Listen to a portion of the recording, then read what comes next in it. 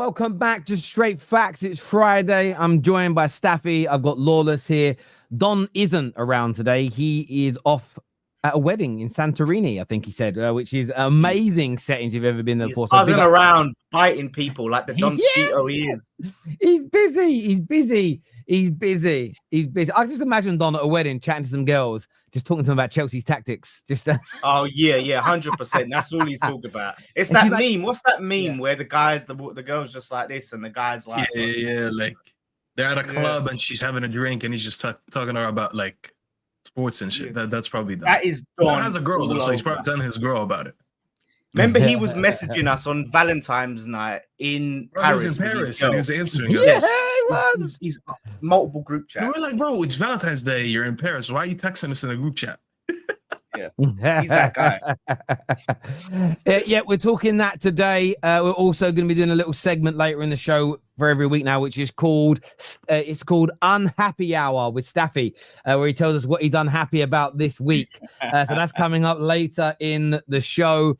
But make sure you've hit the like button. Make sure you're subscribing. Get the bell notification button turned on as well. Very important to the terrace that you get that done. Loads to talk about today. Reports that Alexander Isak has agreed terms with Liverpool. Newcastle still pushing back, I'm saying. The owners have got the final say here. They might not sell him, but we'll see. We're looking at Victor Gyökeres and the elite mentality this man has shown by picking the most iconic shirt in Arsenal's history to wear next season. How will he deliver in that shirt? We're going to be talking strikers, Man United, looking at Watkins. Sesko looks like it might be on his way to Newcastle now, but what should United do? A lot of United fans unhappy, saying they don't see any improvement. What should we do? We're going to be debating that on the show, plus an offer reportedly made for Garnacho as well by Bayern Munich, but he only wants to stay in the Premier League and he wants Champions League football as well. So what do we do about that one? But look, I wanted to start with the Liverpool situation because more reports kind of circulating and rumors and theories online that Liverpool and Isak have agreed on personal terms. Of course, in principle, they haven't actually signed anything as of right now because that would be against the rules. And Newcastle would definitely be reporting them because they're gutted right now. But there's another report that's just come out, and I don't know if I starred it or not. No, I didn't star it. It'll be back here in the chat. Here that says the decision on Alexander Isak's future will be made by Newcastle's chairman and Piff. The club continue to insist the striker is not for sale. Can you guys see a world now where he isn't sold? Possibly. Because of the finances, that's about it. But, I mean, we all know he wants to move. It's very obvious he wants to go to Liverpool as well, not just move. So, I've seen in the past were moved for players who really wanted to go somewhere, end up not happening because of finances or whatever is going on between the clubs, and they end up staying and they end up possibly leaving a year later. It ends up being very awkward because you know that 1 year that player really wanted to leave. Remember De Gea when De Gea kind of wanted to leave United, and then we kind of did him over with that whole facts thing. We all know he wanted to leave. Yeah. And it was like very obvious that he wanted to go to Madrid. And he ended up staying and eventually became okay. But in the beginning, it was awkward. I think that's what would happen with Isak.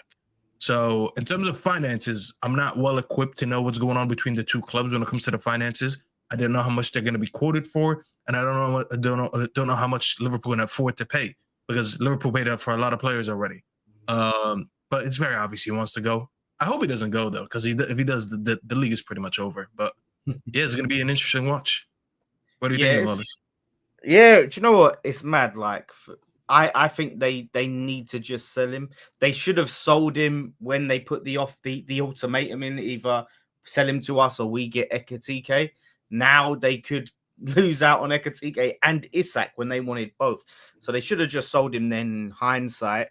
If he doesn't go, it's going to cause all sorts of problems. From the point where the guy's not gone on tour with them and he stayed back in the country. I'm not buying this thigh injury nonsense. It's literally because of he wants out. He's putting in a request to leave. They need to just try to get the most money they can for him now. Now, they're talking 150 mil. I think it affects the valuation when it's clear a player wants out. Your hand is slightly weaker. Now it's public knowledge. So they should try and get the most they can from Liverpool as soon as possible and replace. You keep him there here. It's where he's unhappy. It affects the whole squad. Like, they can still go and splash money, and you're not going to replace Isak. You're not going to get someone as good as him in that position. However, you can strengthen the team as a whole. You can be a stronger team by spending around other areas of the pitch.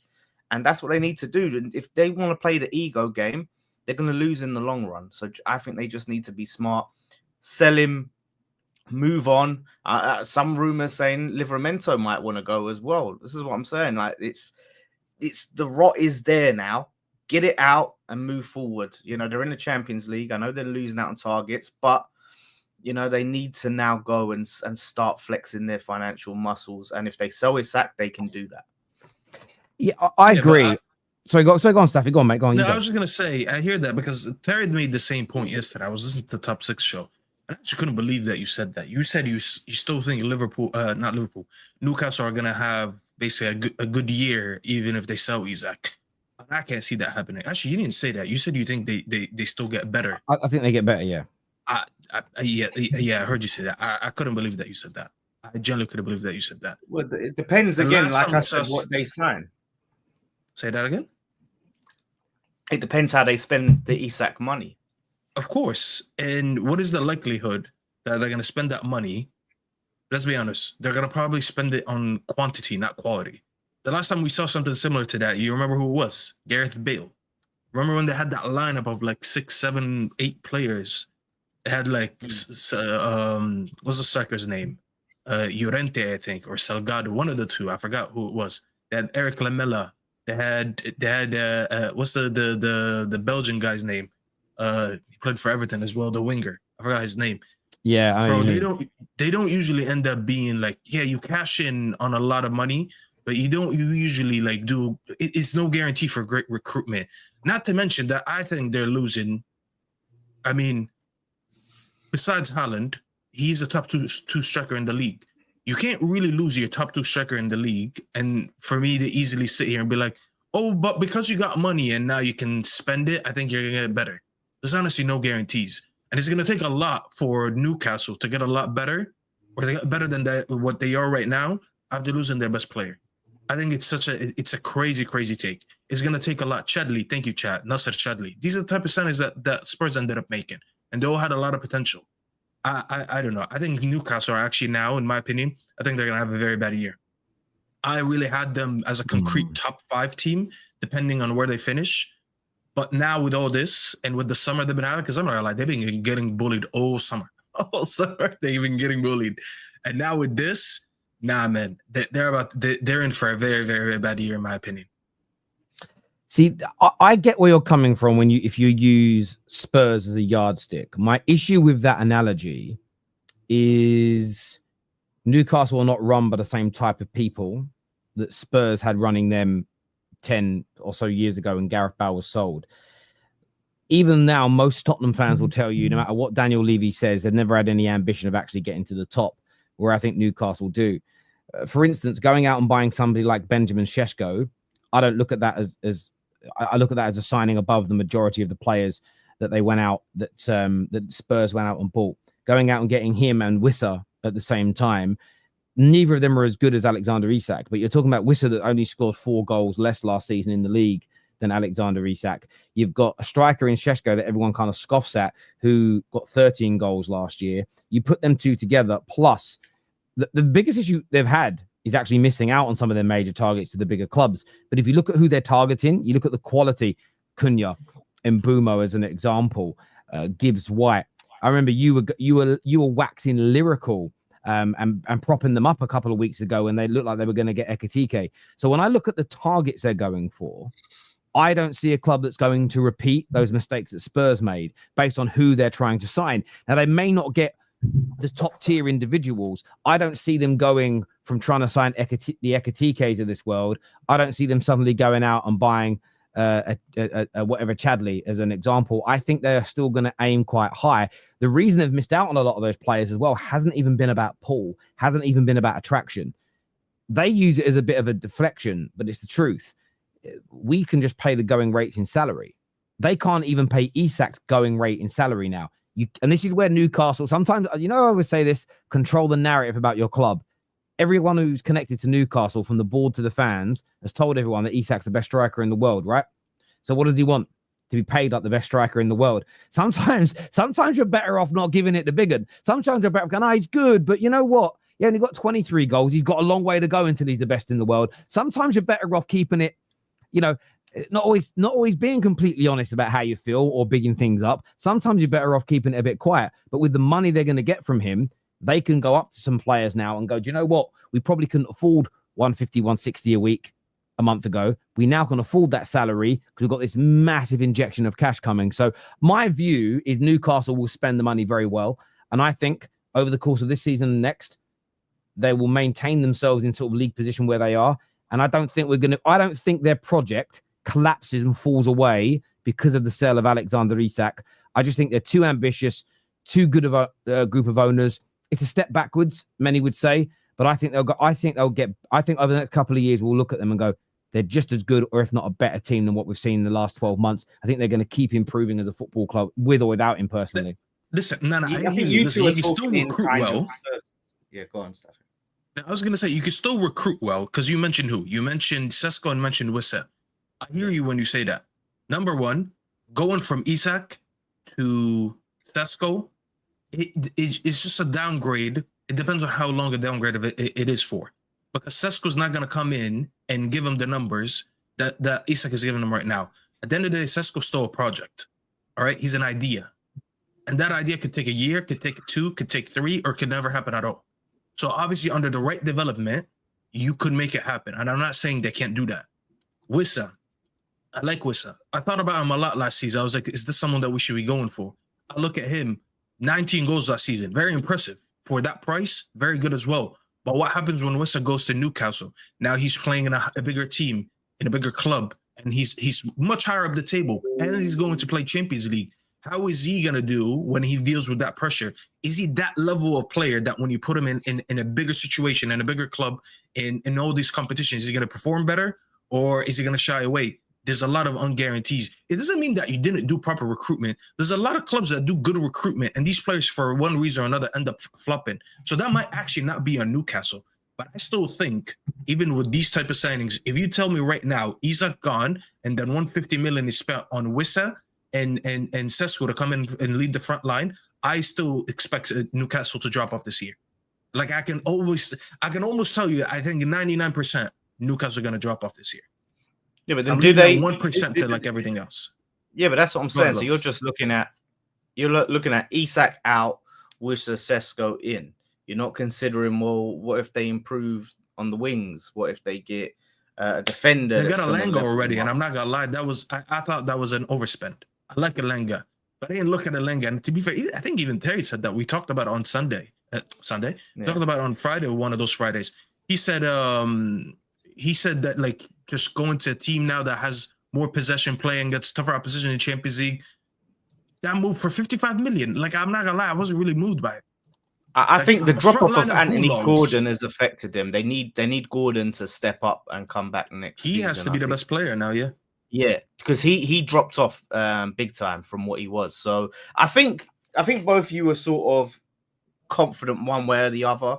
I think everything's in a state of flux now. Everything's up in the air. It's in there. It's sort of in their hands to a degree. Obviously, players are turning them down, but once they sell Isak, they have the ability to change their destiny for the positive or the negative. Right? They can go out and be decisive and spend to the limit and get those players in and improve on those positions that are weakest. So get Wissa and Sesko in, and then look right. Where else can we get some gains, and where else can we step up? Goalkeeper, maybe. Try to improve that overall team. It's on them, and it might not happen. They might go and sign the wrong players. Speaking of Newcastle, reports on TalkSport that Callum Wilson has agreed personal terms with West Ham. Why? Why did you have to go there? Why? Why not, Lawless? They should have him back because the Isak's going. They need strikers. Take him back. Whistle might reject him. He'll go back to Newcastle. Surely this is just so anti everything that we need to do, man. This is. I'm so broken right now. 33-year-old injury-prone striker that offers nothing. Did you guys Absolutely upload the Danny Ings yet? Yeah, Ings gone. At least the thing is, I would have rather kept So Ings. there you even go. though He's your new Danny Ings. What's that? He's your new Danny Ings. There you go. Yeah, Makes but sense. at least Danny Ings was fit and available. This guy, I did a video, going, and I went through all his injuries, and it's mad how many muscle injuries he gets a season. Like hamstring, calf. He's done his ACL twice. What's the point of this? I know he's talking about a pay as you play, but I don't know what about you guys, yeah. Pay as you play deals, I think I don't like them because it puts the pressure on the manager then to have to play this guy for his own income. I know he's going to get a small base wage, but if he goes 4 weeks, 5 weeks without playing Callum Wilson's going to be unhappy. So honestly, you're better off with Rasmus Højlund, mate. Listen, I would rather have Højlund. There's so many players I would rather have than Callum Wilson, and he can prove me wrong. But I just think this guy's a complete waste of time. He obviously scored that handball goal against us, touch of magic, all of that stuff, and he's scored a lot of goals against us. Watch him do absolutely nothing for us. This is probably going to go down as the worst signing of the season.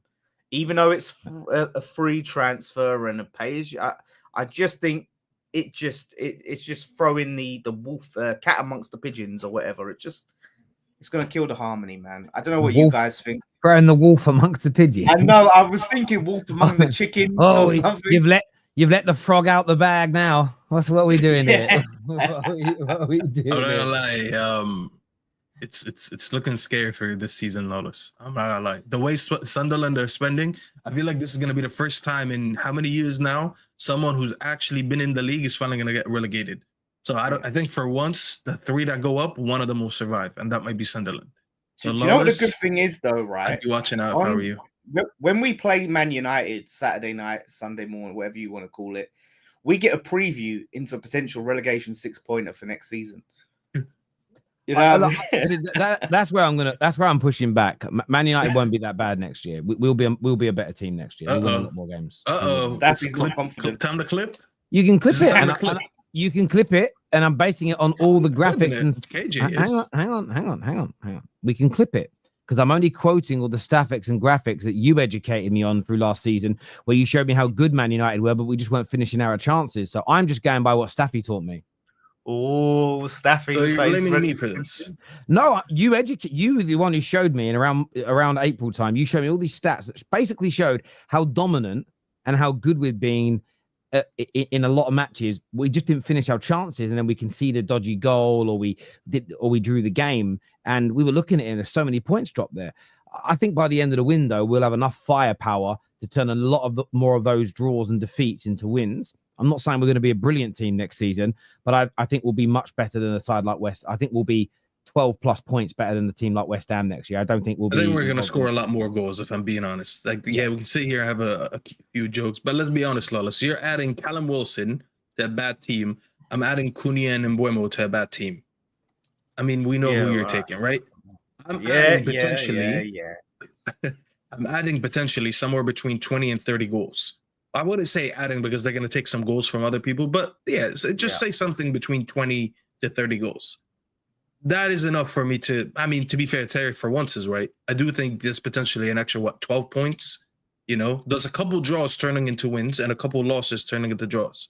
So yeah, I don't think we'll be great next season, but I'll be honest, Lawless, if I see myself anywhere near you in the table again, we're going to need a longer section of me complaining about stuff or what's pissing me off this week, because I don't want to be nowhere near Lawless again. People don't understand how annoying it was after games. I look at the group chat and I see Lawless saying, oh, United are just 1 point ahead of West Ham. Oh, United are 2 points behind West Ham.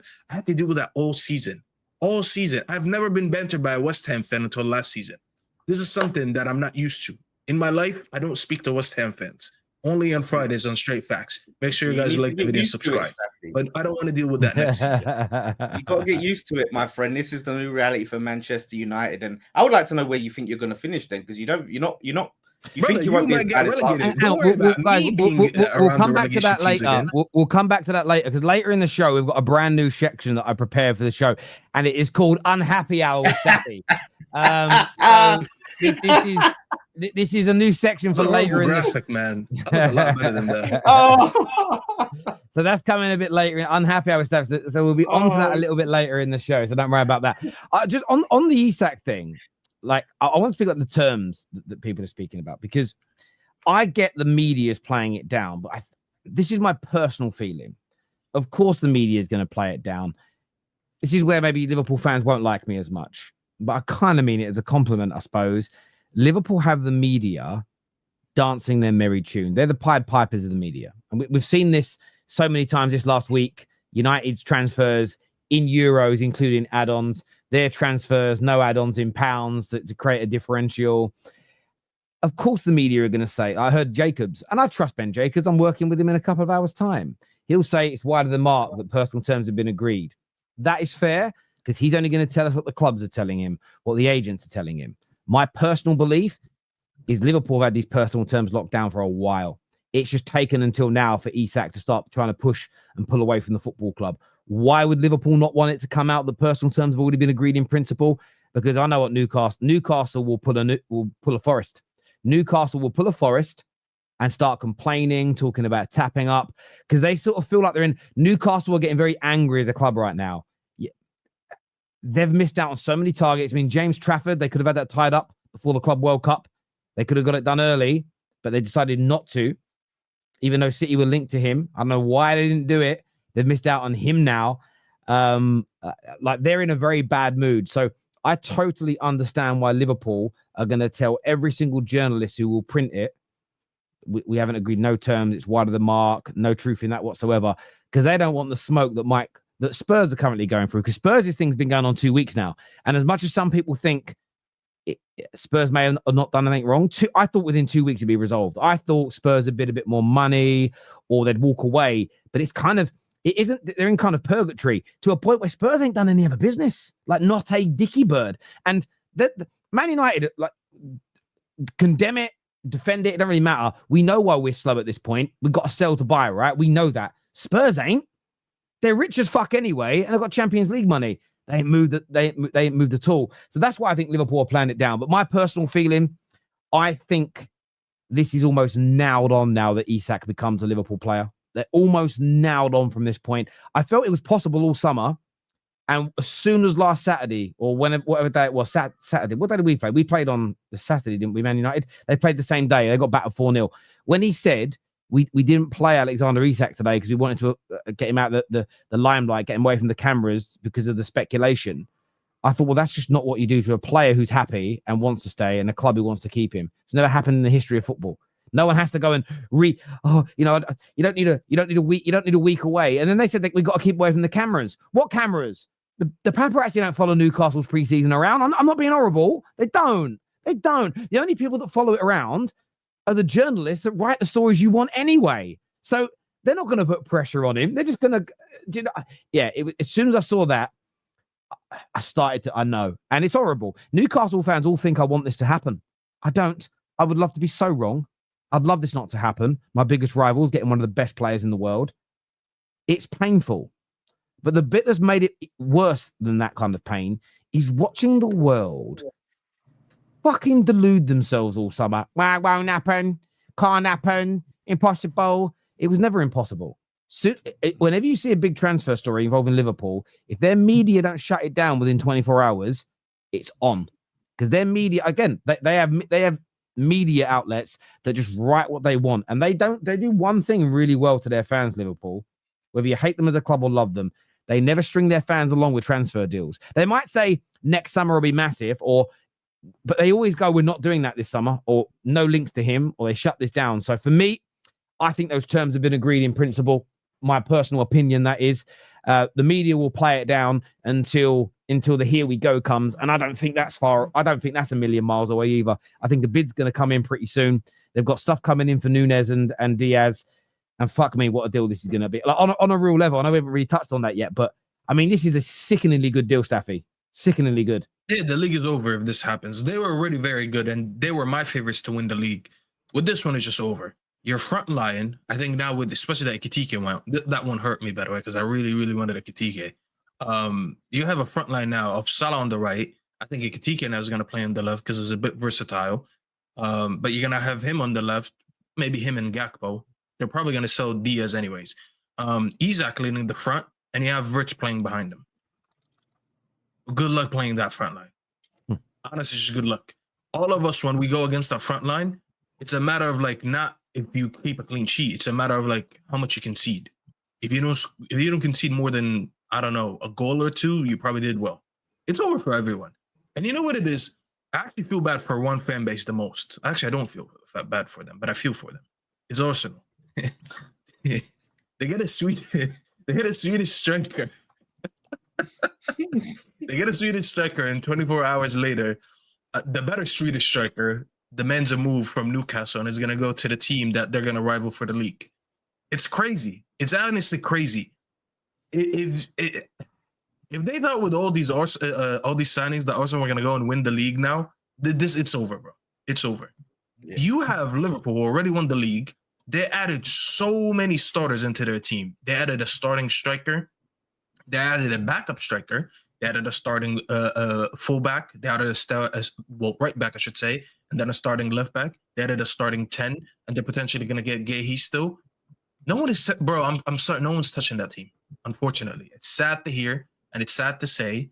And I know now that 21 is coming for them. Who I would have never thought that years ago that they're going to get 21 before us. But it's the reality that we're at right now. That team, they're building a dynasty for the first time in some of our lifetimes. I've never seen a dynasty for Liverpool because their last dynasty was in the 80s. Most of us were either too young or weren't even born. I wasn't even born. So they're building a dynasty right in front of our eyes. And don't forget, some of these players are so young. Mo Salah now can actually leave because Liverpool fans a season or two ago, if you would have told them what happens if Salah leaves, they just wanted to cash in if he leaves so they can rebuild the team. Right now, Salah can easily leave in the next 2 years. And you got Isak, who's still 25 right now, by the way. We talk about Isak and how long he's been relevant for. He's only 25. Wirtz, I think, how old is Wirtz? 21? Still young. Ekitike, still young. They've rebuilt this team in front of our eyes with so much quality that some of these players are going to be together with each other for the next 5 to 7 years, whatever it is. And they're so, so good. And the sad part is not only are they going to be together in the next few years, they are more than capable to win now.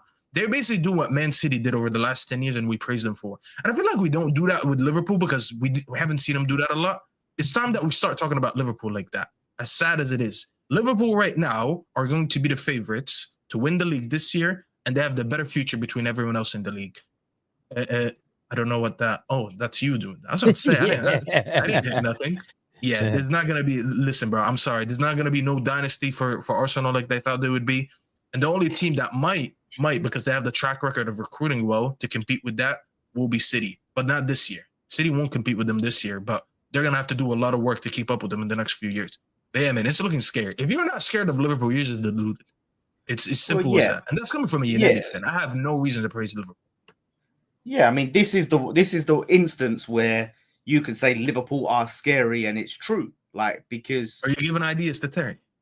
Well, yeah, because it's right in this time. Because I think the thing is, if you say Arsenal are scary, but you don't think they're going to win the league, then you're scared of... There's nothing to be scared of because you don't think they're going to win the league. There's nothing for us to be scared of because we're not competing for the league. Our teams are nowhere near them. So we're just observers, right? We're passive observers. But Liverpool, to the teams that want to win the league, should genuinely scare them because they could be up there. Like, build a dynasty, and that is going to be something. I hear what you're saying, Staffy, and I think they're the favourites. They're clear favourites right now. There's no pussies in trees. There's no underdog story. This ain't fucking Seabiscuit. Do you know what I mean? This is no comeback story. This isn't the Mighty Ducks or Kim Kardashian or anything like that. We've all seen them. We've all seen the We've all seen the jokes. We've all seen the joke. We've all seen. I don't know what TV show that's from, but that was a brilliant by Chris Pratt. But yeah, like all of that's true. At the same time, though, I need to ask you this question. Ask me. Go ahead. Arteta must win a trophy, I agree. I know what you're about to do. Go ahead. No, it's not about to do. It's about food for thought. So, how does it? If Liverpool already champions, is that a good enough excuse for Arsenal to not win the league this year? No, because they didn't win it 3 in a row where they finished second. That's the problem. You got skipped twice. Well, once technically. City skipped you, but they were already ahead of you, so I can't say that. But then when City dropped off, Liverpool skipped you before the signings. I saw people, Hamza was saying, this is proof now that Arne Slot is a checkbook manager. He won before the checkbook was even in front of him. They said, listen, no checkbook in the first year. Go win something, and then we'll give you the checkbook next year. And then they gave him the checkbook, and they're like, you know what? Fair enough. The checkbook arrived a year later anyways, because whatever financial restrictions they might have had last summer, I don't know. But clearly, all the money that they didn't spend last summer enabled them to spend all this summer. The cherry on top of the cake was that they actually won the league when they weren't meant to win the league last year. So they ended up winning it, and they got the checkbook, and they massively upgraded. And now you're looking at the person who was caught behind, who kept making excuses. By the way, when we say excuses or reasons, just go listen to what some of the Arsenal fans have been saying. Igao has been taking the league for granted. And the reason I talk about Igao is because he's, I guess, the most relevant Arsenal fan on the terrace. So people don't think it's agenda. And he's my friend, so I'm not mentioning him anyways. He kept telling us he can't fully judge Arteta until he gets a new front line. Well, there you go. You're getting a new front line. But guess what happens? Football does not operate in a vacuum. It's not like you put your team, cancel everything else out, and you just work on your improvements. And once you're ready, you're like, oh, look, I'm ready. It took me 3 years to build this, but now I'm ready. There's people around you working. And just like that, Liverpool skipped them. So whether you want to blame it on how bad or how less Arsenal's recruitment was compared to Liverpool, because how good they've been this year, or whether it's just management or just quality of the squad compared to 3 years ago when they started competing to now, whatever it is, it's still not going to be the excuse. No one's going to listen to that. Arsenal fans will look at it, and if they finish second again for the 4th year in a row, they won't be accepting that excuse. And a lot of people, let's be honest, there's agendas that run anyway, so there's people that can't wait. I mean, Dunn and Lawless are just the proof. So I get can't that. Wait for them to finish second again. I hear what you're saying. Let me throw this in.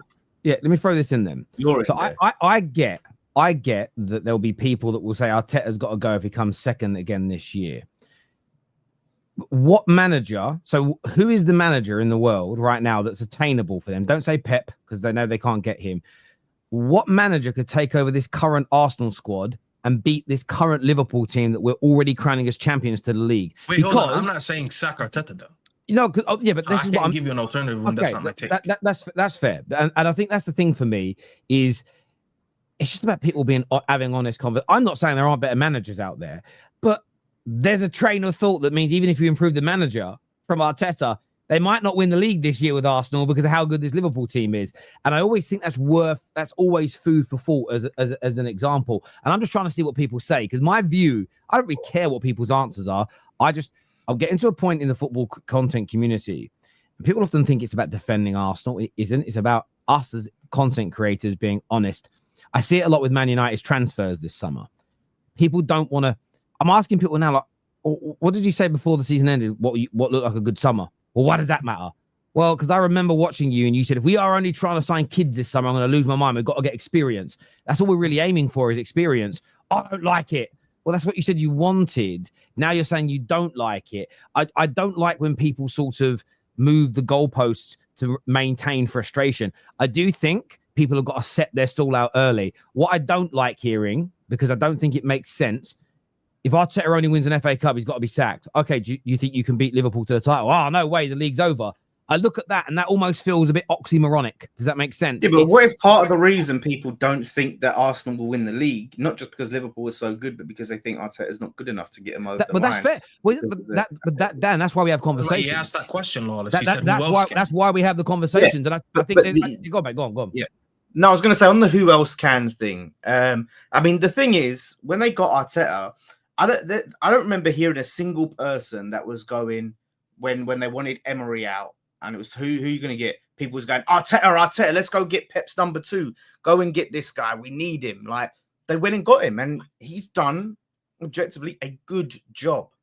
But at some point, when you've got the team that they've got and these young players and Saka and all of that still in their prime, you've got to give someone else a chance. Like with England, with Gareth Southgate. Gareth Southgate done probably the best job since, Alf Ramsey winning the World Cup. So it was time. He had his chance, didn't do it. Time to give someone else a turn with these players. And I think that's what they should do. Yeah. And that's why we ask the questions. I'm so glad Staffy said what he said. This actually brightened up my day. My questions are not about defending anyone. That's true. My questions are not ever about defending any one person's club. It's only people that lack critical thinking skills, critical analysis, layered thinking. Well, you're only saying that to defend Arsenal. No, I'm trying to delve deeper into how you think and feel. I could put the words in your mouth. That would probably upset people a lot more. And that's what I'm not hearing from a lot of individuals. So what I'm hearing from you, Lawless, is you don't necessarily think that Liverpool's squad's better than Arsenal's. You just think it's the managers. Well, I think that that's a part of it. I think that's a part of it. Is listen, the squad. When you look at if they get Isak, if you went player for player, right, you're probably giving it to Liverpool. Liverpool probably edge it, but it's not always about this team on paper has more starters and combined 11 than this team. There's all those intangibles throughout the season. And I think the fact that Arteta had his best chance, 3 seasons in a row, he got 3 chances. That first season, he had a very good chance winning. That second season was the best chance he probably had. Although the third season, you probably look at last season with the Man City drop-off. He had those chances, and now because Liverpool have gotten so much better, you just give him a free ride, whatever. Okay, you don't have to win the league now because look how great they are. And in Man City, the following season, they could do a madness in the window. And then we go, well, look, Liverpool, they've got Isak and Man City. So do you know what? I'll take a job for life. There's some times where you have to say, can we do anything else? Is it about just keep throwing money at the same manager? Or can we try another manager? Should we go for another up and coming, Pep's current number 2, whatever? Or should we try to plan for the next big manager that we can go and try to get in? Right, you can go and I just think they need to, if they're smart, rather than just be so passive and go, well, they're all better. So I understand that. One second there. Yeah, they're gonna listen. At the end of the day, the question that you asked there was based on our opinions as fans. Let's not forget that every signing Arsenal make, they think they're making the best decision. They're making the best decision for them, the best signings for them. When you look at how many players they added now with Gyökeres, that's 6, right? That's more than what Liverpool added, and they believe these are very, very good players for them. So they're not sitting here thinking, you know what, we made 6 signings, but this Liverpool team is going to be scared. They're not thinking that. They're thinking, you know what, we are a very good team last season. We added a top striker. We added a winger in Madueke, who's Premier League proven, who's going to help us on the right, on the left, or whatever we want to do with him. We added a top midfielder, Euros winner in Zubamendi. We added an upcoming talent in Mosquera in centre back to fill in for Gabriel and Saliba. We added Norgard, who is a lot younger than what's his name, who left, Jorginho, a lot more legs, Premier League proven, leader, captain of Brentford before he joined here. And they're going to be like, yeah, we added, who cares about Kepa, but we added depth to the goalkeeper. They look at these signings, they think, I promise you, if you sit them with them right now, when you ask them, do you generally think you can go and win the league next season? They will say yes anyways, because they're not going to say no, but I actually do think they mean it. So the decision is not going to be made based on what does Staffy think, what does Lawless think, what does Terry think, because we're the fans at the end of the day. They generally believe that they are good enough to win the league. So if they don't win the league next season, that decision should be taken based on that, because they're going to look at their recruitment. Did they like their recruitment? Yes. If they thought their recruitment was good, so why didn't Arteta win with them? And the decision is going to be made based on that. Unless they want to concede and say, you know what, we probably didn't make the best signings last summer. We let our manager down. Then we're going to keep him one more year, and we're going to do better additions. It's one to do those two paths, and you got to pick one. But it's based on that. It's not based on our opinions. Someone has to take responsibility. I totally understand that. And there are people in the comments saying, Terry, why don't you think that Arteta can be replaced? Well, it means you haven't watched enough of my content. I've said for the last 2 seasons that I'm judging him based on his the trophies that he wins. I think it would not be crazy to replace him. They're not going to replace him now, but it wouldn't have been crazy at the end of the season to go out there into the market and try and find a better manager. And there are certainly managers out there that exist.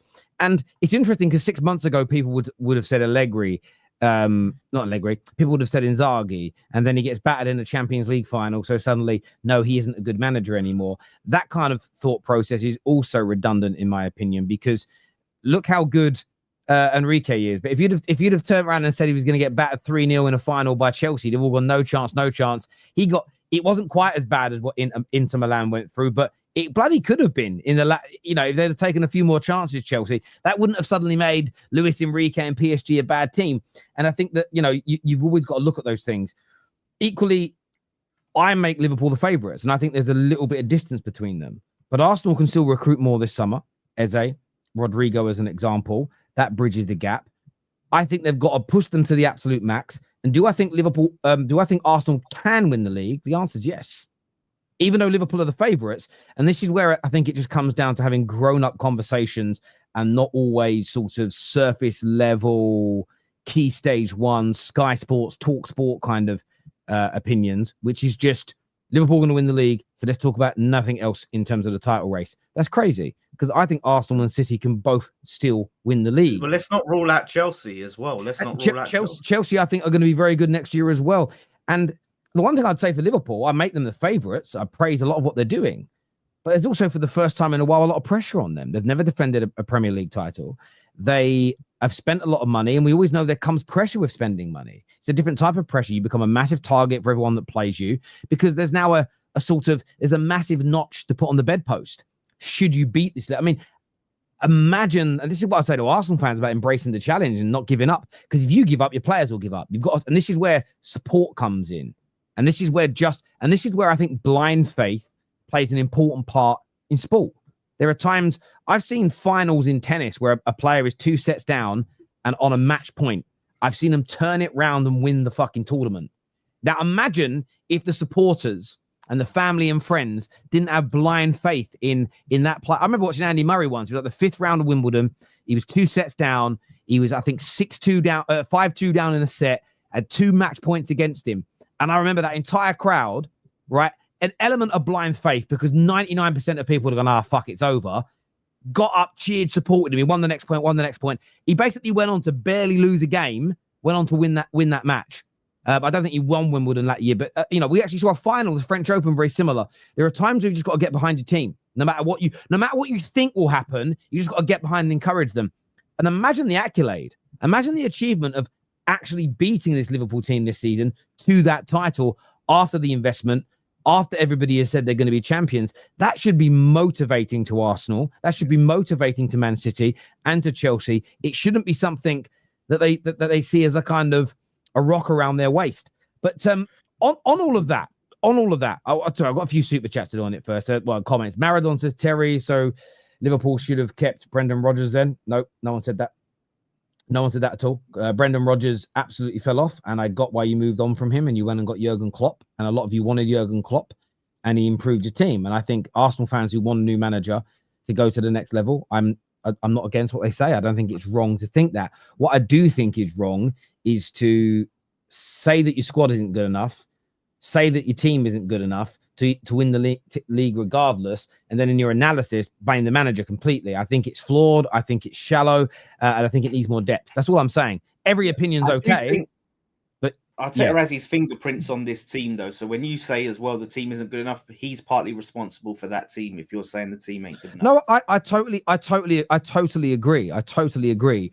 But these conversations need nuance, and it's not just as simple as if the squad, for instance, when Edu was here, even people like Dan Potts consistently saying we don't buy good enough, the board do a bad job. In that regard, there's an argument to go, well, sacking the manager isn't going to help very much if the recruitment's still bad. Man United are proof of that. We've had world-class managers, elite level managers, young managers, red managers. We've had all the types. But whilst the recruitment and the structure was bad, we never really got any better for a prolonged period of time. Liverpool Football Club, when they weren't being run particularly well, it didn't matter who their manager was, they signed loads of great players. This myth that Gerrard never played with good players and didn't have good teams is a fucking lie. They just didn't have the infrastructure that kept them moving in the right direction. Look at City. City have got Pep. Look at their campaign last year after 2 summers of bad recruitment. So Pep didn't become a bad manager last year. Yeah. Didn't have the tools to make his system work. And I just look at it and go, this is where it needs a nuanced conversation. It doesn't mean that I'm saying Arteta doesn't deserve any blame. He shouldn't be sacked. He shouldn't be ridiculed. Of course he should. I do that myself. I'm just really bored of this idea that Arsenal are going to be fixed by just one thing. Those same people said, give us a striker, we'll win the league. And now saying we need 7 players. You know, things change, right? There's nuance. There's new conversations to be had. It's important. But hold on. So now I gotta defend myself here. Not me just personally, me as an idea, because there's a lot of people that say similar things to me. The idea. When I sit here, you understand what I mean by this, Lawless, because I don't want this guy to send me another certificate. I don't give a shit about these certificates. When we sit here and sometimes we talk about the recruitments, and you're like, no, but people are overdoing it. They're just hating versus Arsenal. And I'm like, you know what? I don't really like this signing. Then it gets looked at as an agenda. But then you sit here and say, oh, I don't want people to just talk about Arsenal being the fix when it only comes to Arteta. I actually spent more time this summer talking about recruitment, talking about players being signed. And honestly, I don't even remember the last time I talked about Arteta. But then equally, when we do that, people like me who do that, because I'm not saying I'm not an innovator. There's a lot of people that talk about signings. People get criticized saying, oh, you're only hitting on this signing because it's Arsenal. This signing is good. This signing is going to bang. You've got to be one of the two. You either want me to sit here and just make an agenda about a manager, be like, no matter what happens, I'm just judging the manager. I don't care how good the team is. I'm just judging the manager. Or I can sit here and analyze and say, I don't like some of these signings, but you can't accuse me of hating. It has to be one of the two. So for me, Staffy, I've not mentioned anything you've said. I'm not talking about you. I'm talking in generals. So that's I'm what not I said saying, as an idea. Yeah. And I agree, but that's where conversations are important. I think the YouTube world and podcasting has lost this. I think there's too much repetition. People are now creating too many echo chambers, and everything's about their idea being heard as opposed to explaining their idea, conceding the bad parts, agreeing to, calling out other people's bad parts, because no one knows everything. I certainly don't think I know everything. I believe my opinions are right. Well, that's arrogant. No, it isn't. Who would ever give an opinion that they don't believe is right? Why would you ever say it if you didn't think it was right? And I believe that you're correct in this. I absolutely agree with you. It's about having the nuance. Where I get confused is when I'll hear people say the recruitment isn't good enough. The board have let Arteta down. I go, okay, that's a fair comment to make. And then the season starts, they forget that, and it's all about the manager. Where have I seen this before? Man United. People like yourself have been massively critical of Ineos. We haven't done enough. We haven't had a good enough summer. We haven't recruited enough. You will probably be balanced with it next year, but there'll be some that will. And how do I know this? I've been doing this job 10 years. As soon as the football starts, you'll get, but Ineos don't pick the team. Ineos don't make the subs. Ineos don't do this.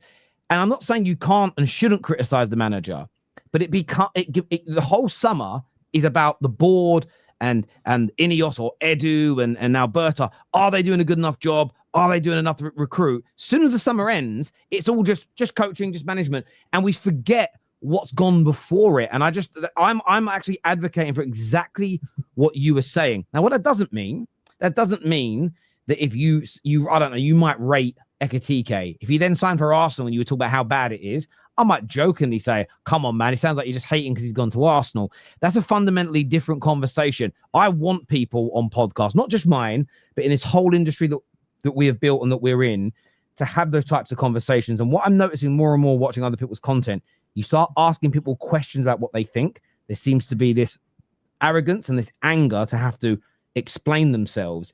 That for me is what I think. That's where I start to smell an agenda as opposed to honest opinions, because we're all here to say what we think. I've got no qualm with being challenged about why I think what I think. I actually love being asked about why I think things. I actually think that's where the gold is. I think that's where I think that's where what the viewers love listening to, unless you're only there to hate on one particular person or push a certain agenda or laugh at someone. Then you want it to be very shallow. You want it to be very basic. You want it to be very clean cut, low hanging fruit, because it's just to push a particular agenda. So I agree with you 100% in what you've said, Staffy. I think it's the right way to do it. 100%. On the structure thing, just quickly, I've as we're talking about nuance and things, I've just been thinking about this recently. Is that in the short term, or maybe even long term, there are some managers I think that are better working under poorer structures, right? And I've just had this thought about when I look at Moyes, and overall, I think we should have been trying to move on from Moyes and build a proper structure. In reality, Sullivan is never going to do that. It's not going to happen under him. So he was probably the best guy to work in the poor structure we had. So, there is a thought process of, well, there's no point changing manager until we get a better structure. But then you think, well, maybe there's someone that's better placed to work under a poor structure. So that's something that I think to consider. I hear that.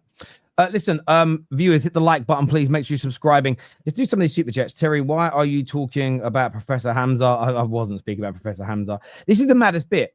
What I can put my hand on my heart and say, okay, is I am talking about no individual person. What's always telling is that people, if anyone thinks you're taking shots against them, it's not a me issue, it's a them issue. I'm not specifically talking about anybody whatsoever. I'm just talking across the board. I'm seeing too many echo chambers in this. I watched a podcast the other day. I'm not going to name it because I don't want to throw any shade that way. 5 or 6 people on the panel, every fucker had the same opinion about the same players and the same people. And I could only watch for 15 minutes, not because they're bad opinions. Well, I've heard, once I hear from one of you, and I know the rest of you think the same thing, there's no point listening anymore. You need to have that nuance. You need to have that grey area. I'm talking purely from a discussion point of view, because that's all we're here to do, is to discuss things. And anyone who's offended about being asked questions, I personally think you're in the wrong industry. I am just chilling and listening to all the talk about Arsenal because it's all good and well until a ball is kicked. Anyone seen the clip where Dean Saunders slates Marcus Rashford? He compared him to Dele Alli and said he would bin his Rolls Royce. Harsh. What do you think? Me and Goldbridge reacted to that on Tuesday. I think the clip of that on TikTok's done something like 600,000 views. Disgraceful from TalkSport. Just abusive beyond belief to just push crazy narratives. Again, another young, successful black man who suddenly the way he dresses or the cars he wears or the things he does outside of football are this massive issue. We rarely in this country have that. I mean, Gaza is still celebrated for the things that he did. Rarely do you see that. If Marcus Rashford was a young white man, would he be getting that same attention? Would people be talking about the car and everything else? No, not in my personal view. I thought it stunk. I thought it absolutely stunk personally. There's a comparison in sense. What? Sorry, no, I was going to say, I love how Rashford came back from his loan, basically exiled from the team, but reports were coming that he was still going to training, even though he's training separately. He was still going to the training ground. The guy took a pay cut to actually leave the club. He did all these things, and people saying he doesn't deserve the move. Meanwhile, we criticize Sancho as an example. Oh, how dare you not take a pay cut? Oh, how this, how that. The Rashford literally did the opposite. He did the opposite. He put his ego away, unlike Sancho and Garnacho. He was training. He did take a pay cut. The one thing that United fans would love to talk about is take a pay cut to go play for another club, and we're talking about him not deserving a move. It was crazy. I can't lie. Like, it just was next level. When I get that. And you're also ignoring the fact there's two things. He was very good at Villa until his injury. And I still believe this. If Unai Emery wouldn't have messed up and took him off against PSG, they could have knocked him out. They could have knocked him out, and Rashford was a catalyst there. Equally, on top of that, there's also people angry at Rashford, aside from Dean Saunders, because for years, especially Man United fans have said he's trash for years. He isn't trash. One of the biggest teams in the world, one of the best current teams in the world have just signed him. He's so bad. Objectively, anyone who's ever doubted Marcus Rashford is currently wrong. And again, a lot of grown men on YouTube and TikTok, they hate being proven wrong. Same with Scott McTominay. So they hate, instead of going objectively, do you know what? I don't like the way the guy plays, but I just have to admit he's a very good football player. They can't, so they hate. And that's the sad part of it for me. Rashford, I want all of the players that are leaving this summer, leaving United, to do well, because I've criticized them all on the pitch for me because I'm a fan and they haven't done a good enough job at times. But I remember, I don't dislike any of them as people. None of them done anything wrong to me. Go kill it. It's crazy out there. It really, really is. If Arteta had won the league at least once, the pressure would have been off. The problem is we're expecting him to win now when everyone else is strengthening, yet he couldn't win when he had the best chance to. It's very, very fair, Nino. Very, very fair indeed. Thank you for that lovely super chat.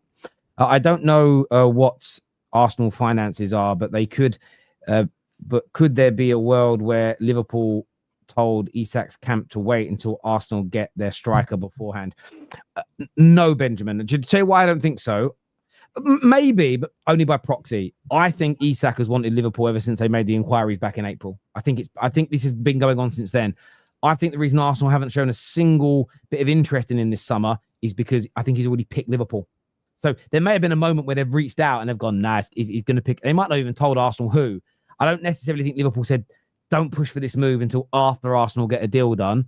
Because as soon as a player, like Man United with Gyökeres, we inquired, he said, I want Arsenal. Man United haven't been back since. Yes, Sporting twice tried to push him towards us, the same as Brentford did pushing Mbumo towards Newcastle and Spurs. But United said we're not interested because the player don't want us. So no, I don't think that's happened personally. Yeah, Chelsea ruled themselves out, didn't they?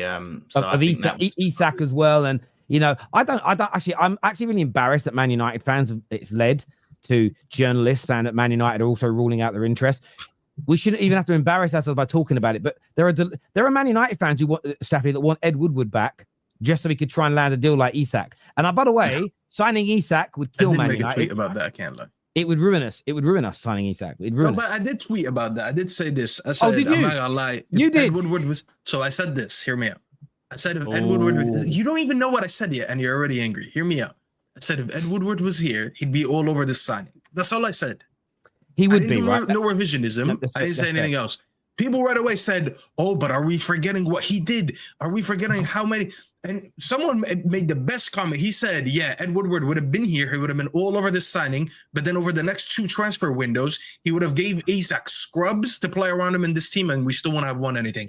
And that was the best comment that I've seen all day because he was absolutely accurate. And it's the truth. Woodward signing Isak today would kill off any chance of us improving. And I'll tell you why. It's the way he signed players. So we'd knock on Isak's door and go, do you want to play for Man United? And he'd go, no, I'm going Liverpool. What are they paying you? $250 a week. All right, I'll give you $650 a week. The player's head might get turned because that's, oh my God, crazy. His head may be turned and go, all right, I'll sign. 3 days into training, he's going to go, fuck this. And then you're screwed. You've got a man on a 6-year deal on $650 a week. And then you're right, Staffy. We buy bad players. We run out of money because there's no more money to buy what is needed around him. And yeah, it would be disastrous. But there are some fans that honestly, I think they prefer that dopamine hit of getting the player more so than thinking, will this work for us? And yeah, I'd love him to come to Man United, but for all the right reasons. And the way Woodward signed players, it was nearly always for the wrong reasons or with the wrong process. So you go back to it now, the way we signed Di Maria, didn't want to be here. We just threw stupid money at him. You had fucking Sanchez 3 hours in training. He went, I made a mistake. Like, we can't do that again. And that's how Isak would feel here after a month. The money, the novelty of the money would wear off and he'd go, what have I done? Yeah, but equally, Terry, I'm not going to lie, as a club, this is the first time, I'm not going to lie, in a long time, I felt we weren't a big club.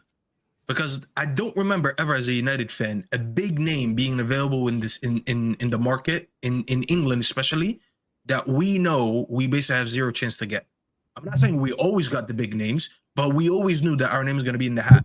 The fact that I knew we wouldn't be an option just made me feel like a small club for the first time for real. And that shouldn't be the way. Like, we should still be a club that, even though we're recruiting, we're rebuilding the team, and I'm getting all that. I'm not putting anything of that away. We should still be the club. When we sit here and claim we're the biggest club in England, it's because of things like this. We need to be able to sit there on the table and say, even though you won't choose us, we're going to give you an offer. I hear you on one side, and I wish we were in a position to go in for him. And we need to be in that position. That's what I'm saying. We will be. But at the same time, for the here and now, the worst thing we can do is chase players like this because of our budgets, because of where we currently sit, where we actually are. We're at a point where we need to be getting the gas and electric paid, bringing in good, wholesome foods, getting to bed early. We're not in a position to be buying our family luxury items when we're struggling to eat. It would be the equivalent of buying a Ferrari when my kids have no food in the cupboards to eat. And it's quite literally at Man United that going on. Those are the kind of decisions that have led to us being here. We have got above our station before when we've had problems.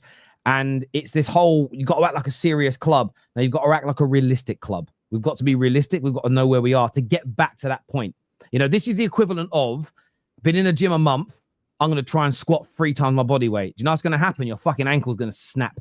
That's exactly what would happen if we did this. So I hear you on one side. I want to be back there. You got to aim for it. I am so glad we're not trying to do it, because all that would happen is our ankle's going to snap under the weight.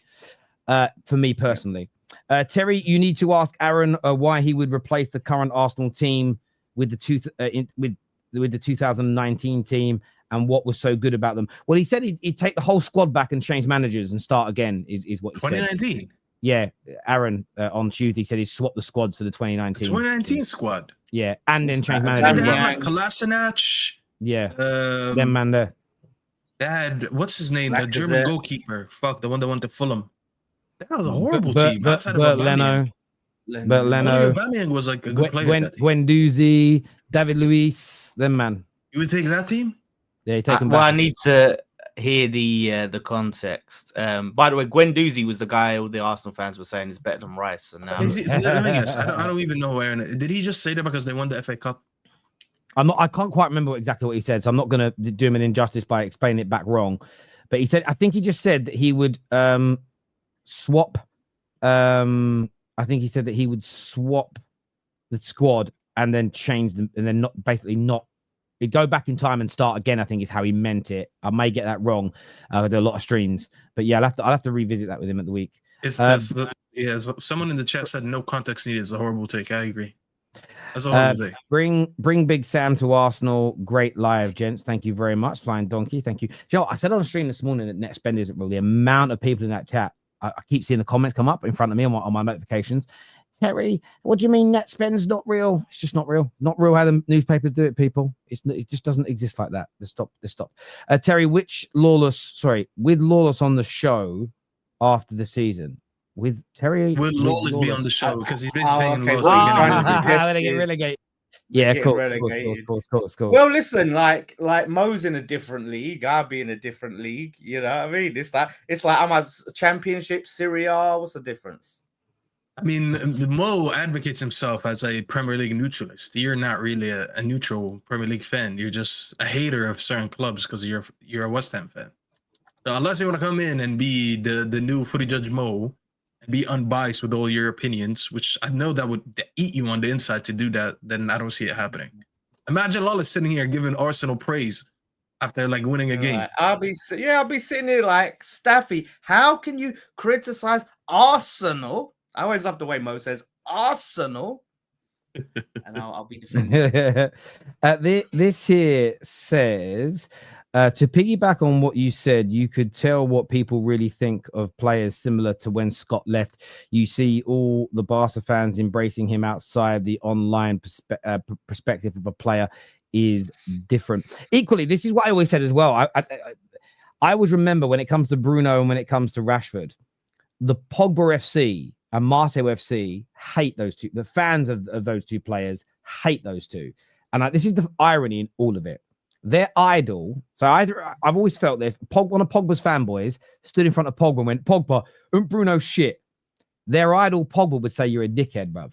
If you stood in front of Martial and said, I think Trashford was crap, bruv. Trashford, he's rubbish, isn't he, Anthony? Anthony Martial will call you a fool. That's the irony in all of this, right?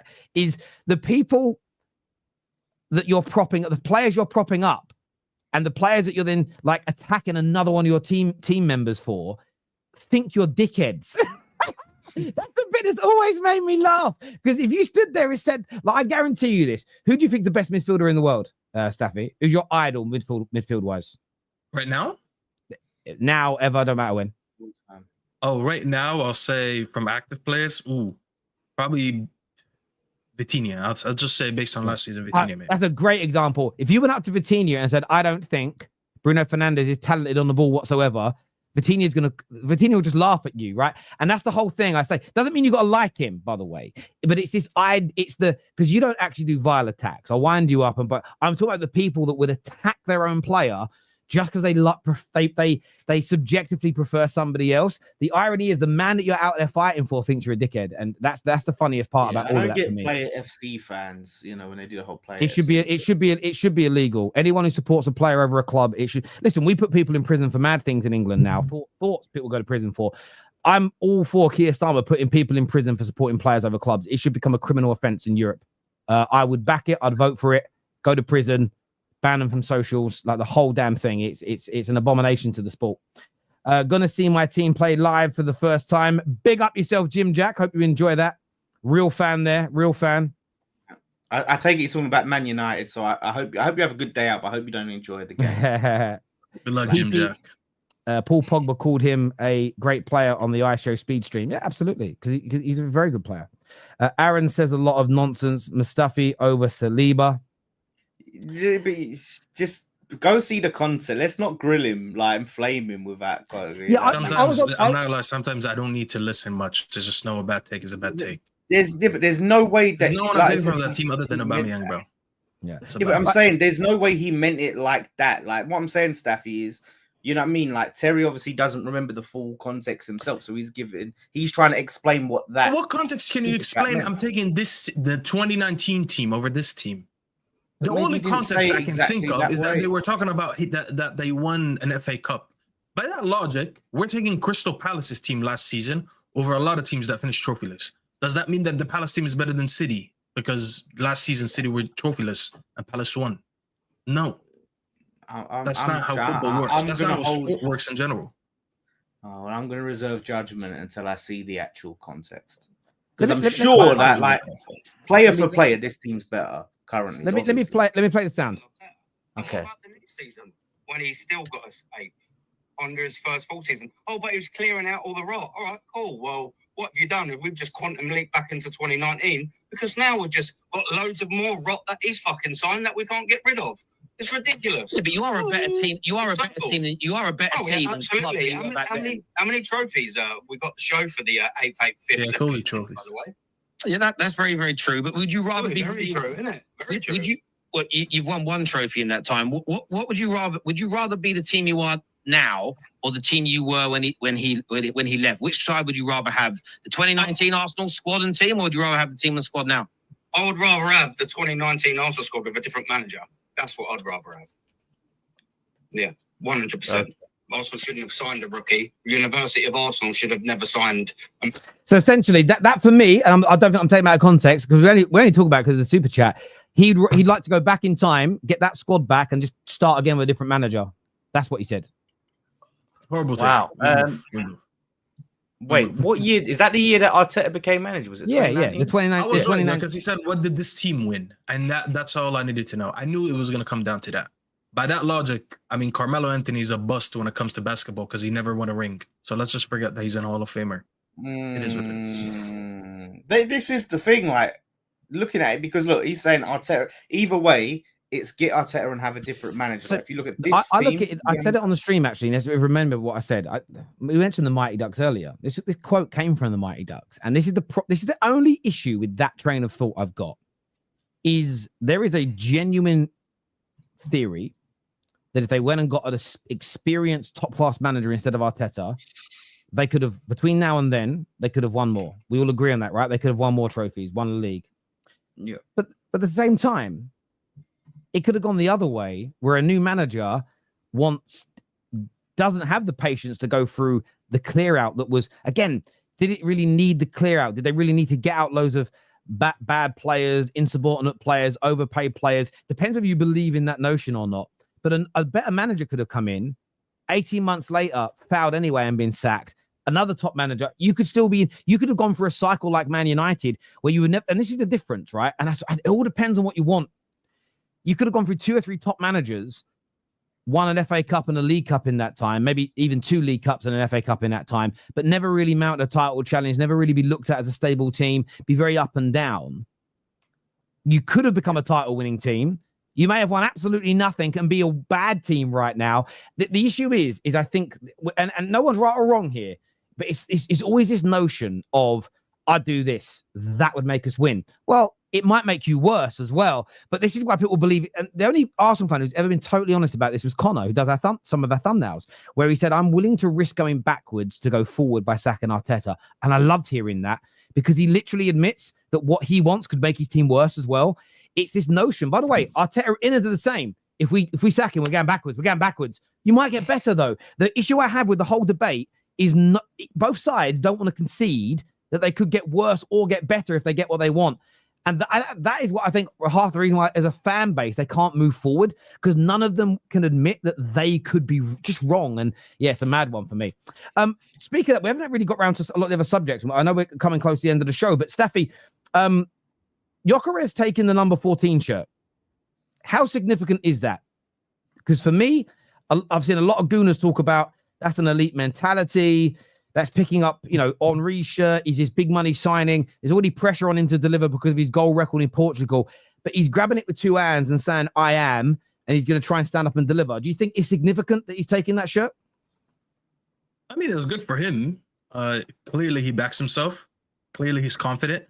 Clearly, he's aware of the history of the club as well, because he knows how iconic the number 14 is. It's not that it's hard to know how iconic Henri was, but he's in touch, is what I'm trying to say. And clearly, he's trying to win the fans over, be on their right side. And it's clearly worked for a few people, at least. I have nothing against it. But now, as you said, it probably just pressure to deliver right now. And if you want to compare it to the last number 14, the bar is pretty much on the floor because they had Nketiah there. So there's very little that Gyökeres can do to be worse than Nketiah. This is very hard to do that. So it's definitely going to be a step up. But yeah, I rate it. Listen, it's good for him. I'm glad that he rates himself. Now I just pray for his sake that he goes in and becomes a success. Because other than that, he's going to be looked at as a troll, like, oh, he did all that talking and he didn't deliver, and they're going to come out guns blazing at him, But I have nothing. I have no issue with the move. It's one of their biggest signings in recent years. I think basically Gyökeres is, when it comes to attackers at least, he's definitely the biggest signing since Aubameyang. I think of like Aubameyang, Ozil, those type of signings. It's probably one of the biggest signings since. So him coming in and getting the number 14, I have no problem with it. He just has to deliver right now.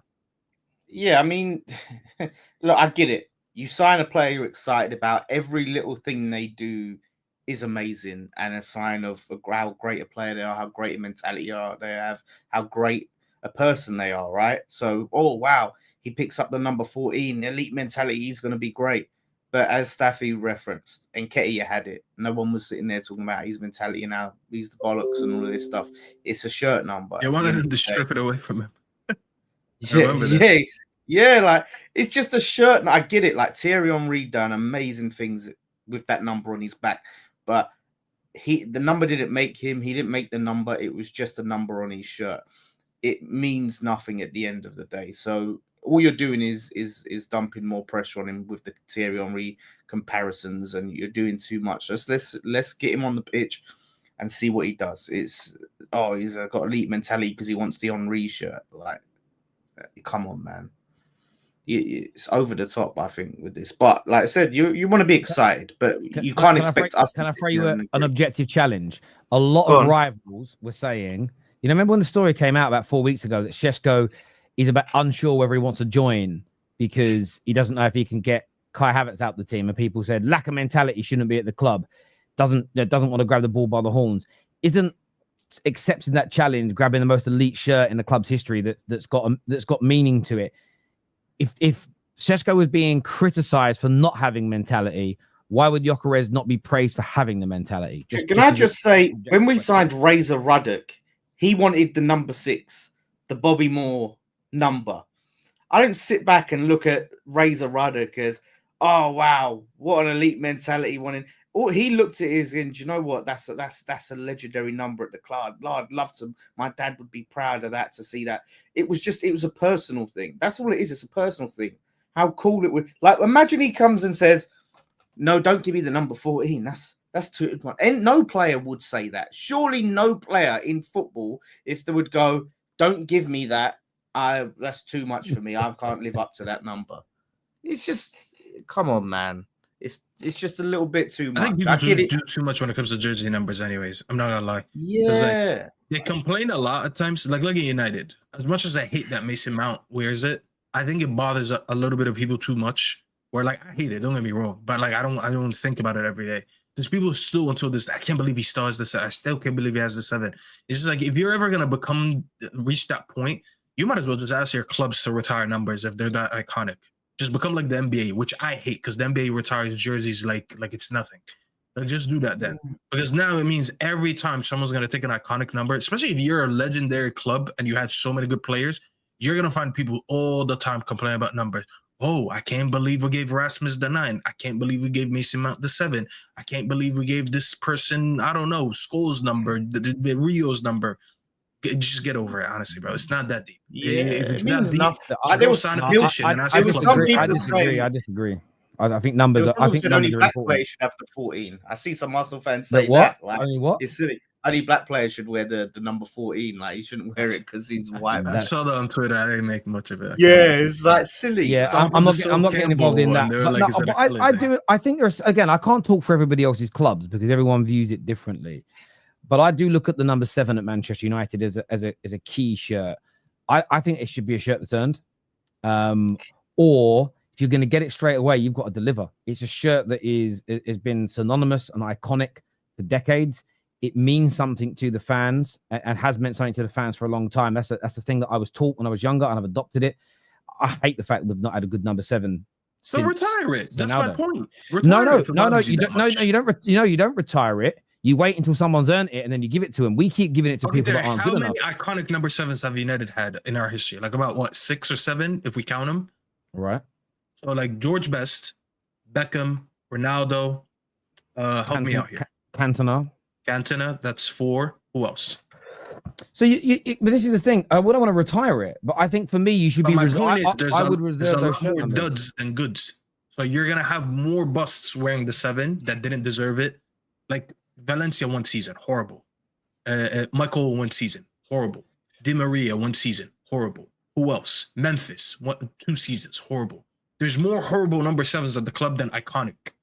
So if you really want to protect how iconic it is, just retire it. Yeah, no. But this is the thing, right? Nobody had an issue with Antonio Valencia because he earned the right to wear it. He wore it, and then he chose to get away from it. No, but he was bad. He scored. I remember he scored one goal that season. Hang on, he gave it away. But hang on, that no one had an issue with him getting it because he'd earned it. It was a superstition thing that he took it away. But you look at Cristiano Ronaldo, you've got George Best, you've got Cantona. Of course, you've got Brian Robson that wore this, David Beckham, as we've mentioned, and others. There's an element of earning it, okay? Cristiano Ronaldo got it straight away, and we now know, looking with hindsight, why he had the confidence to take it straight away. Beckham actually had his number 10 taken away in pre-season and didn't do what certain other average players at Man United have done when their numbers have been taken away and cry. Came into pre-season upset, but still working hard, and then got told. And this is one of those lessons for life, and I just still think Fergie did this to test him. Fergie wanted to give him the number 7 shirt. If Beckham would have been running off to the press and crying, "Oh, agent, find me a new club, my number's gone," Fergie would have gone, "Well, you ain't fucking right for that number 7." Then rewarded him with it as an example. You had to, typically at Man United, earn it. A little bit different in George Best's era because squad numbers weren't assigned. It was based on the position that you played, if that made sense. So you had loads of number 7s. But the reason why it was earned and why, when you look at the history of Man United, why certain shirts became so synonymous is you were only playing regularly in that position if you were fucking elite, right? So it got there. I wouldn't retire it, but I just wouldn't be giving it out willy-nilly to anyone and everyone who comes in. It bothers me something chronic because that shirt number means something. It's part of Gyökeres not earn it then, Terry? Should Gyökeres not? Before you say that, I was going to say, then you're going to find yourself in more conversations like the one we're having right now, where we're talking about a player requesting a number, because you might think that a player hasn't earned it, but guess what? There's so many players that are going to do what Gyökeres did, and they're going to be like, I feel like I can take over this number. I want this number. And that's fine. That's fine. But that's fine. Hang on. But that's fine because I said Cristiano Ronaldo did it. For me, though, that's why I think it takes an elite mentality. But then you got to have elite ability to deliver against it. Because I now think the pressure on Gyökeres is again slightly higher again because he's taken on that iconic shirt, the money, the goals in Portugal. You've got to be good enough then to deliver against it. And I just think sometimes, again, if I was advising Mason Mount, I'd have been saying, bruv, do you really think you're Man United number 7 quality? The pressure that comes with that shirt, take number 28 or whatever's available. I think he's stupid for taking that shirt because it applies more pressure because it comes with it. You've got to be the right person with the right ability, like Zlatan Ibrahimovic as an example. When he came into Man United, he handled that number 9 shirt easily. It didn't bother him. I don't care what number. We can give him number fucking 1. He would have delivered. he would have done a very good job. There are certain players that can handle it. Rooney getting the number 8 straight away can handle sort of what that means squad-wise. Some players can't, and we've been bad as a football club at making that decision. We've been bad. We gave the number 7 to a player that 3 days into training didn't want to be here anymore. The fuck are we doing? It's terrible judgment from the way we run the club for me personally. What's that? Sorry, there's an update there. Speaking of strikers, though, and this is where we go into a slightly new section of the Football Terrace, as we're going to do here. But we're going into... I don't like that music, but fine. I love it. It's like Staffy, what are you unhappy about this week when it comes to the striker targets of Man United? Watkins or Sesko? Which one do you want, bro? Where do I start, man? The one target that I want is not even in the talks. I've been talking about Mateta since May. We're linked with everyone but Mateta. The guy that I slandered the most, Ollie Watkins, he looks like he's the most likely right now. And then we got Sesko. And who's the third? Fuck, I forgot. There's one more person that we're linked with. Sesko, Watkins, and who? Someone help me out. Calvert-Lewin? No. You are linked with him. You are linked with Calvert-Lewin. No, we're not. Calvert-Lewin's been offered to us. Jackson, thank you. I forgot about Jackson. Jackson, yeah. Yeah. Not happy with these links for different reasons. I don't want any of them, I'll be honest. It's a question of who would I tolerate? And if you ask me who I tolerate in order, I'll probably say Watkins is number 1 because I know he's 100% a stopgap. He has a track record of scoring goals in the Premier League. I think stylistically he fits to play next to Cunha and Buemo. But is he my number 1 option? No. Sesko's an idea. Sesko's a project. Sesko's not reality. And the reality is that we're not ready to develop a striker, especially if he's this young and this raw of a talent, and it's going to cost around 80 million. So for everyone who keeps saying Sesko, I'm sorry. I think he's an obvious flop. And then you got Nico Jackson, someone who, by the way, David was absolutely right yesterday when he said he's actually a better footballer than I think you compared him to Gyökeres. I think you guys sleep on what he does. What's his name? Nico Jackson. He's a good dribbler. He's a good passer. He has actually, for how bad his finishing is, he actually is very good at everything else. His link-up play, his hold-up play. He's actually a high IQ player. He's just a shit finisher. It's not like he's a below-average finisher. He's a shit finisher. So it kind of diminishes everything else. And that's why a lot of people don't want him. And that's why he's not that price. I'm not happy with our striker options. I'm not happy with our midfield. We play tomorrow in the the Premier League friendly that they have in the US against West Ham, ironically. And I was stupid enough to buy a ticket months ago, and now I kind of regret it because I don't want to go watch Rasmus Højlund leading my 9 again. So yeah, if you want to know what I'm complaining about, I'm not complaining, but I'm not happy with these things. So yeah, I don't know what to tell you. I'm wanting Mateta, and we're not linked with Mateta. Mateta's perfect for us right now. So yeah, that's wild. Mateta's what? good, That Mateta's good? No, it's wild that you're not going for Mateta. Which I don't understand why. He's going to cost less than Watkins, if anything. I get that. The only thing I would say is that when we were linked to him earlier on in the summer, what was said is that he wants to stay at Crystal Palace and he wants to have a year in Europe with them. So that's the only area where I'm going to defend the club. If the player has said, I don't want to leave, I want to stay at Palace, it is hard to pull him away if he doesn't want to go. Did we go in for him and he said that? Because I don't think so. It's not about, I have to go back and find them. I think I remember Fabrizio Romano talking about this, where he said that Mateta doesn't have any desire to leave Crystal Palace. I remember reading something along those lines. It might not have been Fabrizio, to be fair, but this was kind of in the early part of the window, maybe back in April. I'll have to try and find the stories again. Might have come from Crystal Palace media, to be fair, but I swear I remember reading that. But yeah, I'll have to go back and find it. But I do remember listening to somebody talking about that. But we'll see. I like Mateta. Mateta would be up there for me, but we're just not linked with him at the minute. I don't mind Watkins either. I don't mind Watkins, to be fair. He's one of the best goal scorers in the league, to be fair. The biggest issue is all the prices. None of these strikers are worth the money that they're giving us, that they're asking us for. Yeah. I agree. Watkins is nothing more than 40 to 45. I said that in the group chat the other day. Sesko, as I said, I'm not trying to buy an idea. I bought an idea 2 summers ago. and it bit me in the ass. And right now, because I bought Højlund 2 summers ago, I can't go and buy another project because I need a ready now striker. So Sesko, unfortunately, has to pay for the crimes that Højlund committed. So I can't go into a season with 2 21, 22, 23-year-old strikers with no proven record in the Premier League and do something. There's nothing I could do about that. And then you got Jackson, who's just like, honestly, Chelsea's just trying to dump another player on their rivals. 60 million for him, 70. Come on, I like Jackson, but he's not worth that. Not at all. So it's not a good situation to be in. And then you find yourself with a shit midfield, by the way, again, which is something we never talk about. Horrible midfield, one of our worst departments last season. We have yet to make any signings into the midfield. Eriksson went for free, and he wasn't even good enough anymore. So he's now gone, and we made 0 signings. Richard Rios was there for 30 million euros. Would have been a perfect signing for us since we're broke right now when we need cash. He costs almost nothing. Then he goes to Benfica, and we're sitting here going into the season with a double pivot of Bruno and Casemiro. And the funniest part is the manager coming out and saying, "Oh, our midfield is slow." No shit. You sat here and you begged Bruno to stay because you couldn't back the club to use that 100 million and sign new midfielders. So now you don't want to die on that hill. No, brother, you're dying on that hill. I'm sorry. I did want to ask you, because I saw you comment on my tweet, by the way.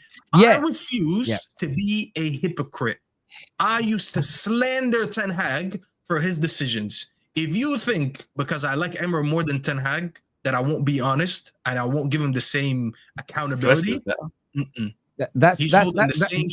no one expects you to not criticize him because I've criticized him. My question with the way you were talking, you said that we're a dead club, we're finished. Are you still behind and backing Ruben? Are you still supportive of him? Are you going to criticize him when it goes wrong? I just don't think he's going to succeed, if that makes you feel better. So you don't think I don't care how I feel. I'm asking you. So you don't think he'll make Man United a success? I don't think so, no. But equally, I'm not, because we're so bad and there's so many wrong things. I can't sit here and be Amorim out because I knew at the end of the day, this is what happened. We had a manager who's been deluded to an idea that he could do whatever he wants for now, which is what he did last season. And basically, the season just was an absolute disaster. But for the sake of him implementing an idea, because no matter what, Ineos is going to back him. He thought, because of all the things that he said about how bad this team is, and multiple times he said in the media, we're the worst Man United side in years. He thinks he's going to get an expedited rebuild for some reason, and he gets back and gets a new team. And then he goes into the summer after one of the worst seasons, the worst Premier League season we've ever had. And we've made 2 signings and we play our preseason game tomorrow. And the league kicks off in about 3 weeks. So we're not even going to make that many signings in the next 3 weeks. So in an expedited rebuild, he got only 2 players. Meanwhile, Ineos are playing the long game, which is what we spoke about here so many times because of the cash issues and all that. It's the fakest relationship I've ever seen in my life. You ever seen a girl and a guy date each other and all they do is just kissy, but when it comes outside of that and you look at the personality traits and everything else, they don't match each other. This is what Amorim and Ineos are. They don't match each other at all. One guy wants everything quick because he wants to rebuild this team now and he wants to get results. And the other side, which is Ineos, for one reason or another, they have to play the long game. It's just not going to work. I don't hate Amorim. I don't love Amorim. I just don't think he's going to succeed. I probably won't be sitting here saying mid-season, get Amorim out, because I'm pretty much predicting that he's going to be sacked anyways. I find it difficult to think that Amorim is going to finish this season. I expect us to have a bad season. It might not be as bad as last season, but it's still going to be bad. And half the fan base already turned on him. So there's no point of me saying anything because give it a couple bad results and the fan base is going to be saying get him out anyways. So yeah, I'm not expecting him to be in the job at the end of the season. When you say bad season, position-wise in the league, what does that look like for you? Mid-table. Right. Mid-table. There's no point of me giving you a real position because a lot can change. When you say mid-table, because I don't want you being misrepresented. When you say mid-table, below 8th. Below eighth. Yeah, cool. Yeah, I get what you mean. I just wanted to 8th and below. That's what I consider mid-table. Yeah. I don't think we'll be 15th, but I don't think we're going to be as good as people think. I can't look at this midfield on a lot of people and say that we're going to do anything great. It's just I know too much football to believe that. So we added goals, but we're not going to be an amazing team. Terry, what do you think? Because do you also know the same amount of football as Staffy and know that Staffy's football knowledge is far greater than mine. Far greater than mine. Why do you do that? I didn't say anything about your football. No, I'm just saying. No, I wanted to know. My prediction. You said you know too much football to think that this team could do Look at this midfield. I think we're good. Like, come on. The thing is here is that there's elements of what Staffy said that I agree with. It's just how you word it. I don't necessarily think coming 8th this season is particularly bad, depending on who else improves, how many more games we win. Is there actually an improvement? Can we see ourselves moving forward? In relation to, it's not great. I don't want to be 8th. I'm not going to go, oh my God, I'm 8th. I'm so happy. At the same time, are we going to get better? Are we going to progress?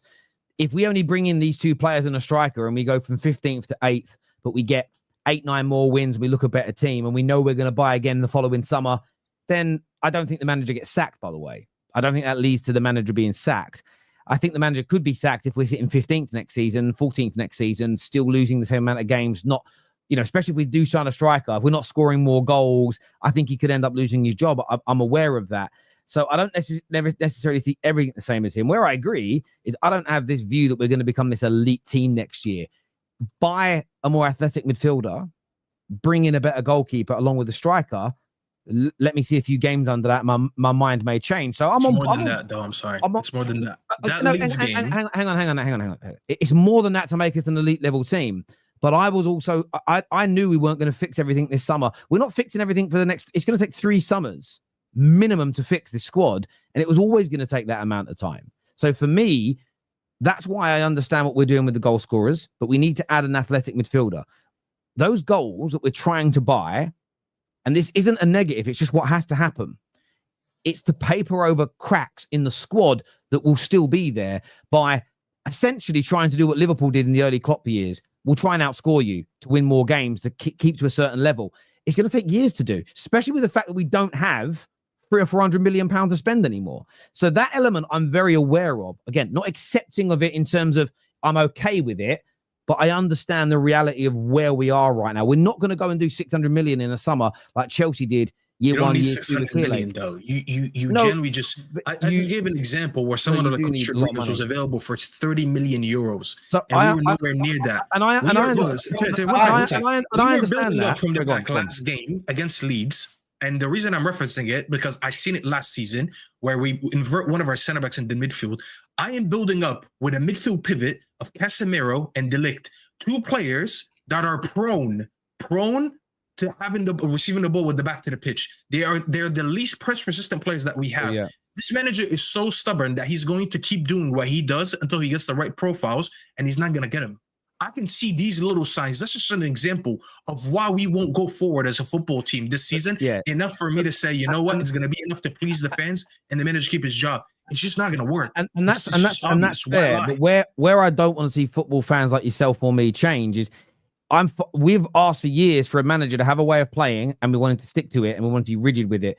We then need to keep our focus purely on the club and not the manager. Doesn't have to have the Ligt fucking inverting into the midfield. I don't see Maresca doing that with Tosin and them players. He inverts Reece James. He's making it more complicated than it is, which is why I'm saying it's just like a match that doesn't make sense. He can find easier ways to get around his team, but he doesn't want to because he wants to play so specified, which is why sometimes I don't like to call them hipster managers, but this next generation managers that are basically Pep disciples, they're so precise with what they want to do that when it doesn't work, it goes horribly. He's doing that. So he clearly showed me with that preseason game, and I'm sure I'm going to see that again tomorrow. He is so fixated on certain tactics that no matter what happens, he won't change it until he gets the personnel that fits it. And there's no guarantee, by the way, that when he gets that personnel, that you're even going to be a great team because these tactics are too complicated and they're not really generic. I understand that. I do view it this way, though. If the goal scorers come in and score us goals and win us games, people care less about those things you're talking about. I just have this theory in football, having spoke to, and I'm not saying you're wrong. I'm not saying you're right. I'm hearing what you're saying. But what I learned in the last few years is, unless you hate the manager, like certain United fans hated Jose Mourinho, but I think they only hated him because of the way he felt about a player they loved. No one actually gives a fuck about style of play. They want to win football matches, and they want to win more football matches. I know that West Ham fans eventually wanted David Moyes gone, and the style of play was always the issue. But in those 2 or 3 seasons where the style of play was identical, but they were pushing for Champions League spots, none of the fuckers were saying get rid of him because they were winning a lot of football matches. All it really comes down to is putting the ball into the back of the net and winning the games. In the cold, hard light of day, Maresca isn't playing overly different now to what he was when they weren't winning very many games earlier on in the season. What's now happening is certain players have got back to their levels. They've gone out in the summer and bought better individuals, and they're winning more games. Had they missed loads of those chances in the Club World Cup and gone out, everyone would go, the manager's shit, isn't he? Well, the manager does a certain amount of jobs. You've got to have the right amount of players, but we'll see. Let's do some of these super chats because we are near the end of the show now. This says, I like Staffy, but at this point, only God can please you. It's all right to be critical, but nothing is everything has to be so negative. It makes you sound like the Andrew Tate of the United fan base. Ever since I've been called negative on this channel, we went from 3rd to 8th, and then from 8th to 15th. Yeah, we're forgetting that, but I'm wrong to not be positive. Yeah, every summer I complain about some of our moves, and we get worse. Let's just ignore that. I'm the Andrew Tate of the fan base. You're right. You did one there. Good job, Joshua Jack. This here says Arsenal just got Glock 9 become Cock 9. Okay, fair enough. Don't let him become Cock. Yeah, if he. Don't let him become Cock 9. If you had to ask any Liverpool fan 18 months ago if they would take Klopp or Slot, they would have not had a conversation change. They don't have a convo. Change can be good. I totally agree with you. There are options out there. All I want to hear from, but what I want to hear from football fans when they're talking about it with such authority and know-how is suggestions. I find it weird that someone can sit there, like, I'm not saying Staffy's done this. I know ball. I know my football. I understand the game. I know how it works. Cool. So who would you bring in? Why would you bring them in? Why are you asking me that? Well, show us your knowledge. And this is what I would say. I don't know. I think it was Einstein that said this. If you can't explain something in simple terms, you don't understand it. So therefore, break it down like we're 5 years old. Explain to us why you're right. If you can't do that, there's something to be said about it. Arsenal had an experienced trophy-winning manager in Emery. Ridiculous argument. It was Arteta that won the FA Cup. What the fuck? I didn't say that, Staffy. What the fuck is what Joshua Jack said here. Listen, guys. You said I always want to be negative, bro. Like, I have reason. These people love to pretend that I have all the reasons to be positive, and I just choose to be negative. United is the only thing negative in my life, bro. I promise you. Everything else in my life, and the Knicks, I'm good with. And the the team, Knicks. I love the Knicks. The Knicks went to the Eastern Conference Finals last year. You should see me. I was acting like a top gooner. I was deluded thinking we're gonna win everything. I hear that. different. Listen, guys, this stream is going to redirect you to Staffy's channel.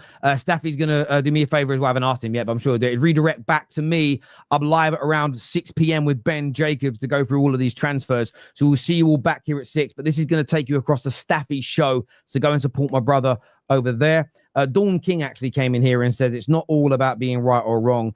It's your opinion. Stick to it. But please make it seem like the world's caving in whilst you claim to be chicking little. We're 15th, brother.